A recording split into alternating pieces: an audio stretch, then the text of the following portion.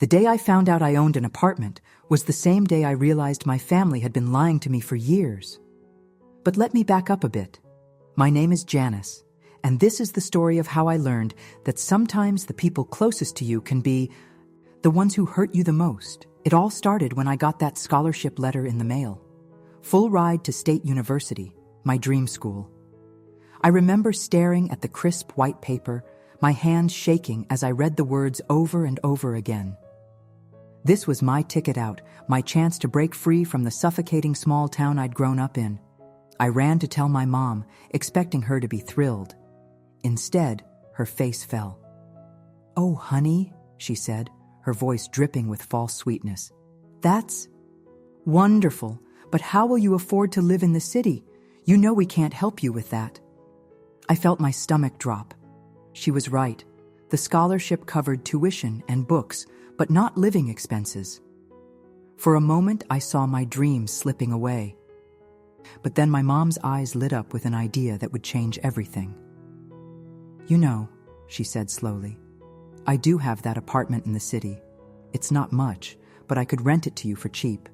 That way, you could afford to go to school and I'd have a reliable tenant." What do you say? Relief washed over me.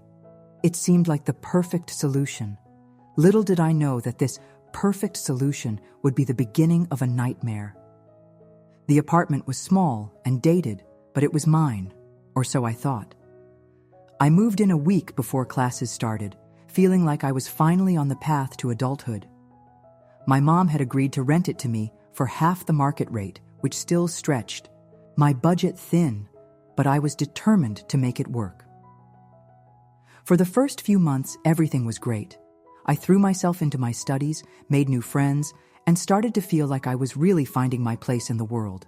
But then, one rainy Sunday afternoon, my sister Anna showed up on my doorstep with 2 suitcases and a sheepish grin. "Surprise," she said, pushing past me into the apartment. "Mom said I could crash here for a while. Isn't that great?"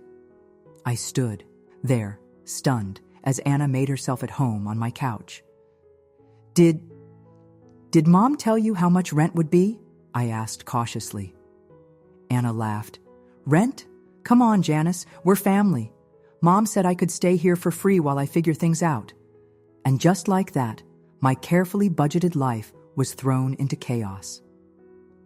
At first, I tried to be understanding. Anna had always been the problem child of the family, dropping out of college, bouncing from job to job, never quite finding her footing. I told myself that this was temporary, that she'd get back on her feet soon and move out. But days turned into weeks, and weeks turned into months. Anna showed no signs of looking for a job or her own place. Instead, she treated the apartment like a free hotel, leaving messes everywhere and eating all my food without contributing a dime. The worst part was the bills. With Anna there, our utilities doubled, but I was still the only one paying. Every month, I watched my carefully saved money dwindle away, covering expenses for 2 people on a budget meant for 1. I tried talking to Anna about it, but she always brushed me off. "Come on, sis," she'd say with a carefree laugh. "Don't be so uptight. We're family, remember?" Family. That word was starting to leave a bitter taste in my mouth. As the semester wore on, the stress began to take its toll. My grades started to slip as I picked up extra shifts at my part-time job to cover the mounting bills. I was constantly exhausted, barely sleeping as I tried to balance work, school, and the never-ending tension at home. One night, after a particularly grueling study session, I came home to find Anna hosting a party in our tiny apartment. The place was trashed, music blaring, and the air thick with cigarette smoke. Something inside me snapped. "That's it!" I screamed, silencing the room. "Everyone out! Now!" As the partygoers shuffled out, muttering and glaring at me, I turned to Anna with fury in my eyes. "This ends now," I said, my voice shaking with anger. "You have 2 choices. Start paying rent and contributing to the bills, or get out. I'm done supporting you." Anna's face darkened. "You can't kick me out," she spat. "This isn't even your apartment. It's Mom's, and she said I could stay here."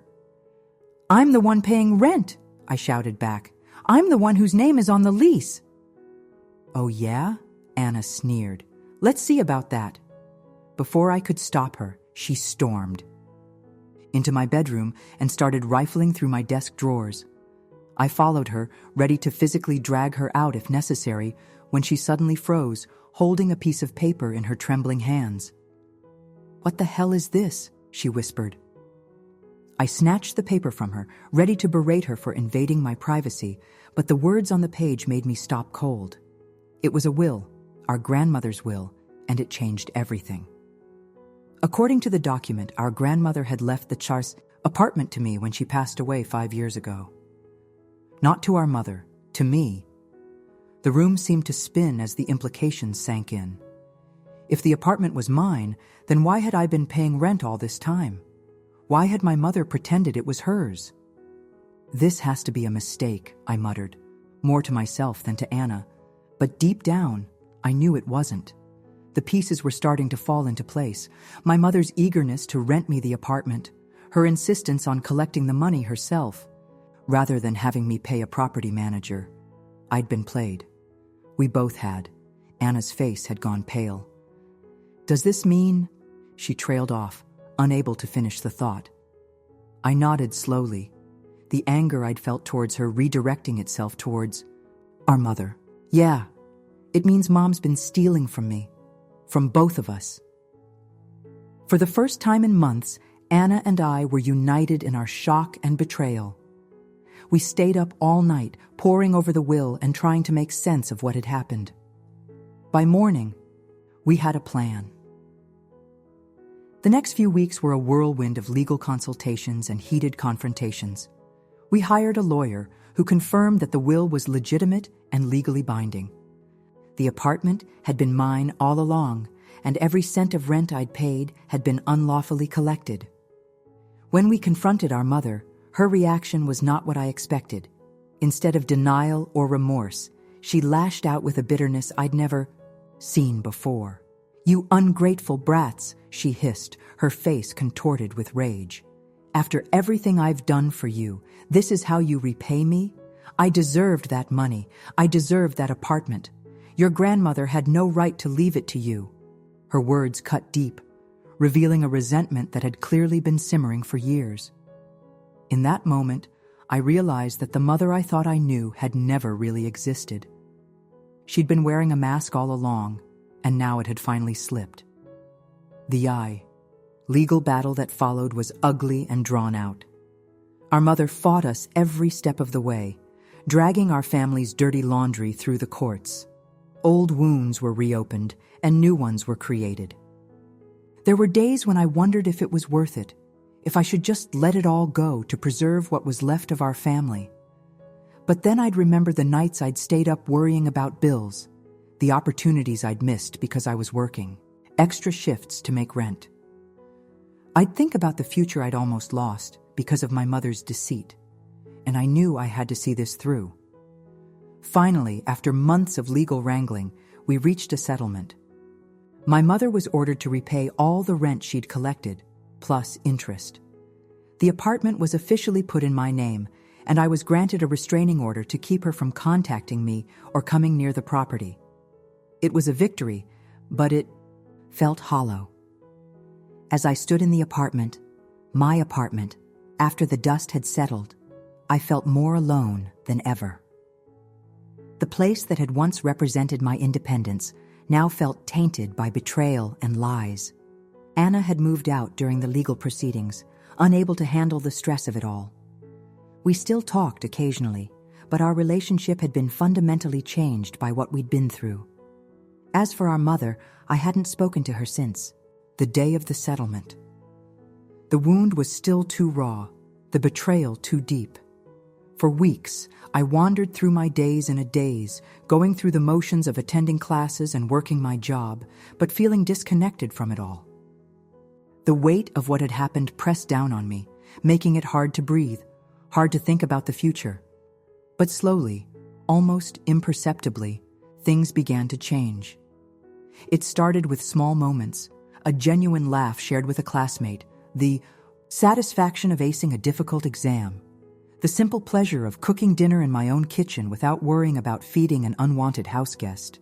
I began to redecorate the apartment, erasing the traces of my mother's taste and making the space truly my own.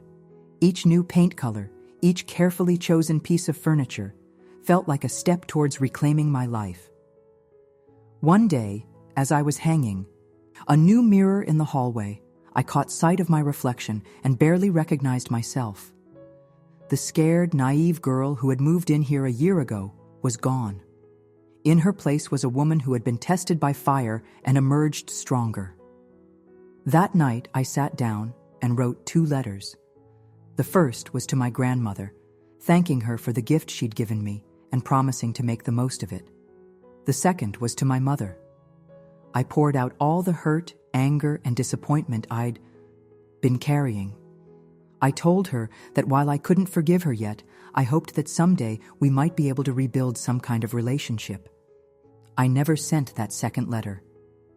But writing it was cathartic, allowing me to release some of the bitterness I'd been holding on to. As the new semester began, I threw myself back into my studies with renewed vigor. The money from the settlement had eased my financial worries, allowing me to cut back on work hours and focus on school. I joined study groups, volunteered for research projects, and started to build the future I'd always dreamed of. It wasn't always easy. There were still nights when the memories of what had happened kept me awake, times when a familiar song or smell would bring a wave of nostalgia for the family I'd lost. But I was learning to cope, to move forward despite the pain. One particularly difficult evening, I found myself sitting on the fire escape, watching the city lights flicker in the distance. A cool breeze ruffled my hair, carrying with it the sounds and smells of a world full of possibilities. As I sat there, I thought about everything that had happened, the betrayal, the fight, the hard-won victory. But for the first time, I also thought about what came next. I realized that while my family had tried to hold me back, to keep me dependent and small, I now had the power to shape my own destiny. The apartment wasn't just a place to live anymore. It was a symbol of my resilience, a launching pad for the life I was going to build. And I was determined to make it a life worth living.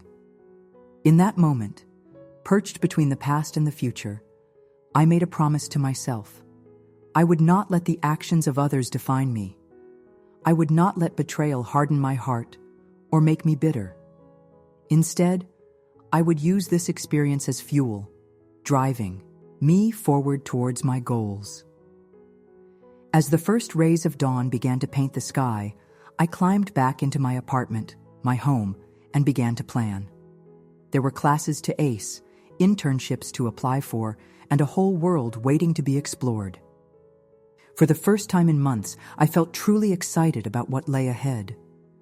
The road forward wouldn't be easy. I knew there would be more challenges, more moments of doubt and fear. But I also knew that I was strong enough to face them. After all, I'd already survived the worst betrayal imaginable. What else could life throw at me that I couldn't handle? As I got ready for class that morning, I caught my reflection in the mirror again. This time, I smiled at the woman looking back at me.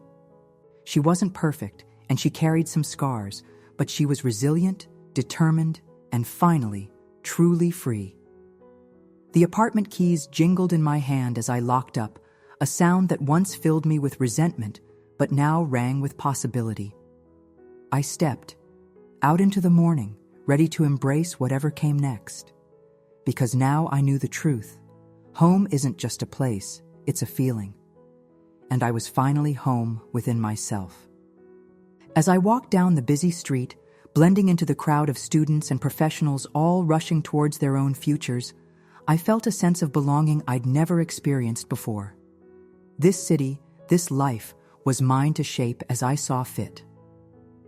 The betrayal I'd experienced had taught me a painful but valuable lesson.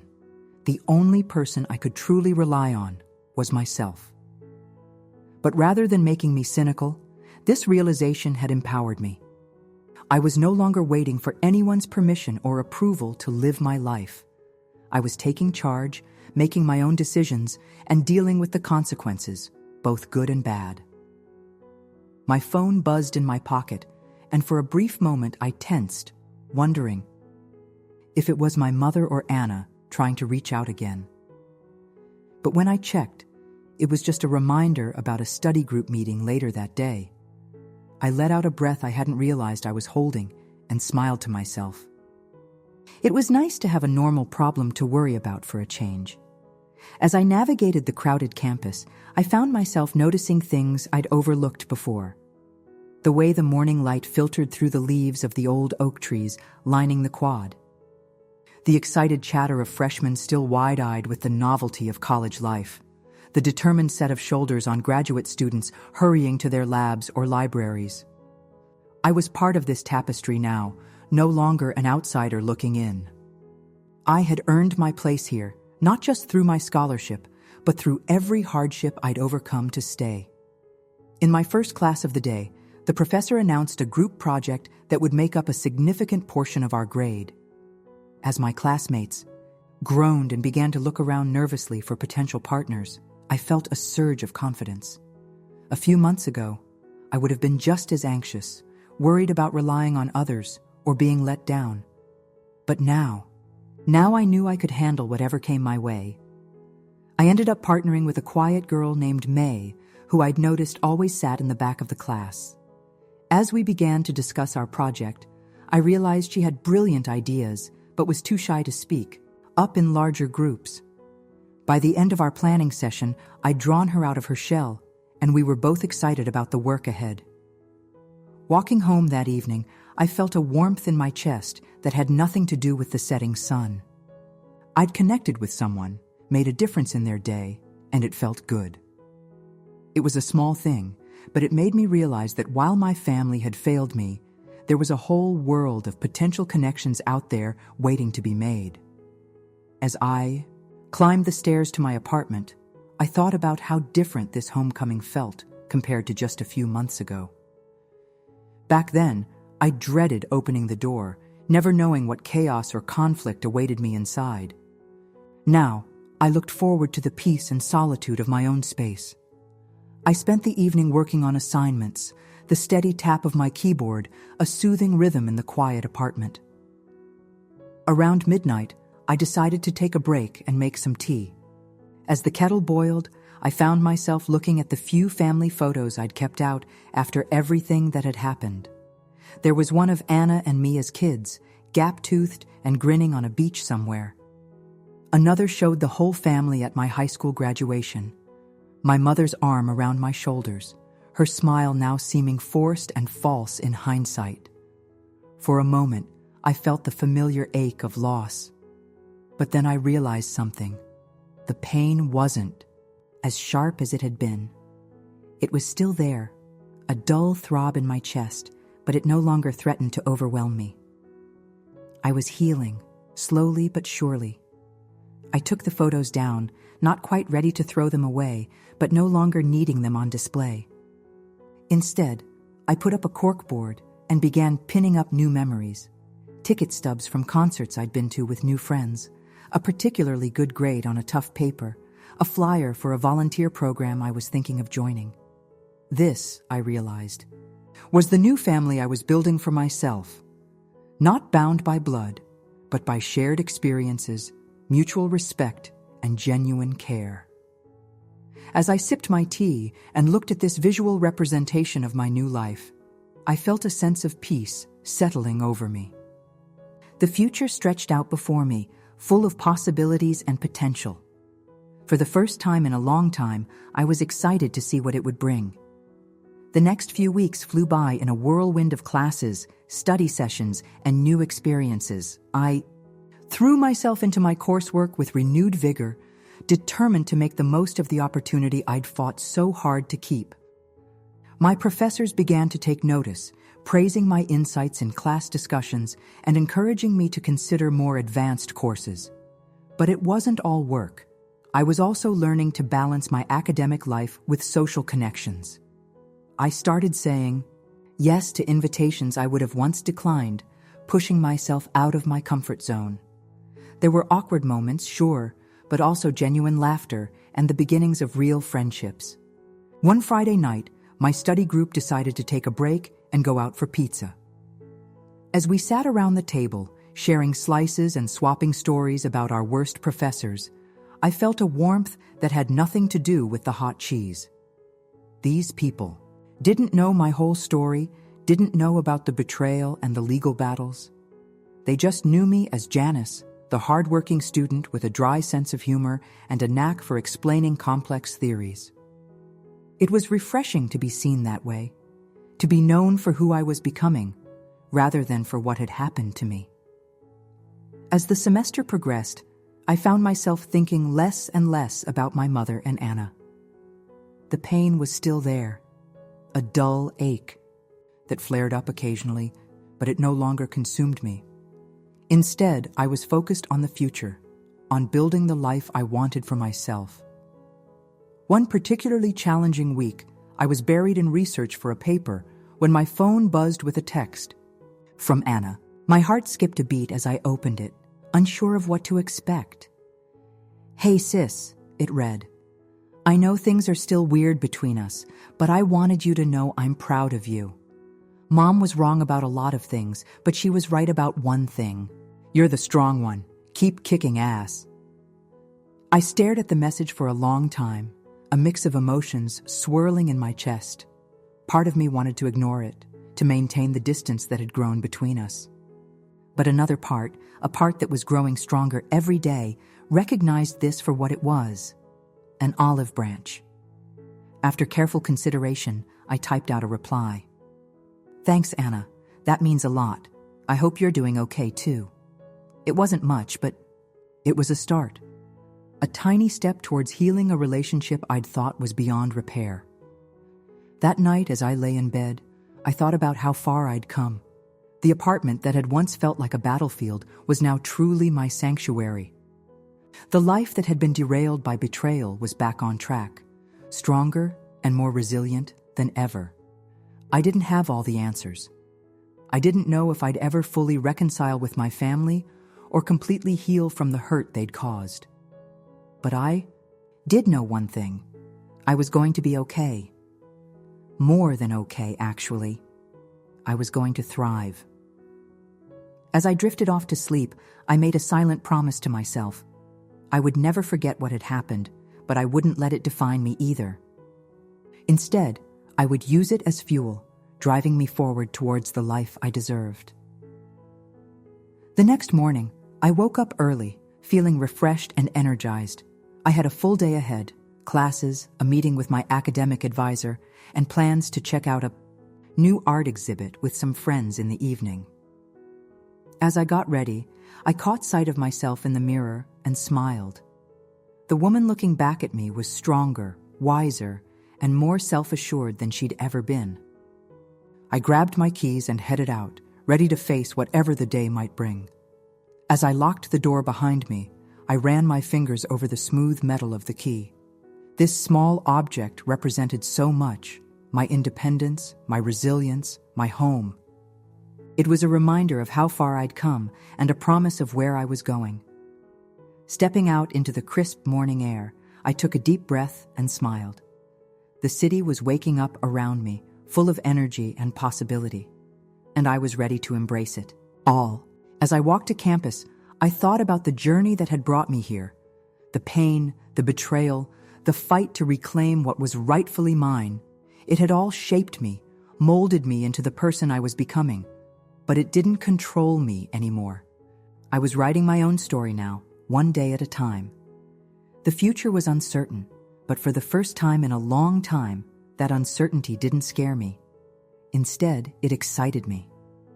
Because I knew that whatever challenges lay ahead, I had the strength to face them. I had survived the worst betrayal imaginable and come out stronger on the other side. So bring it on, I thought, as I joined the stream of students heading to class. I'm ready for whatever comes next, because this is my life now, my choices, my future, and I'm going to make it a good one.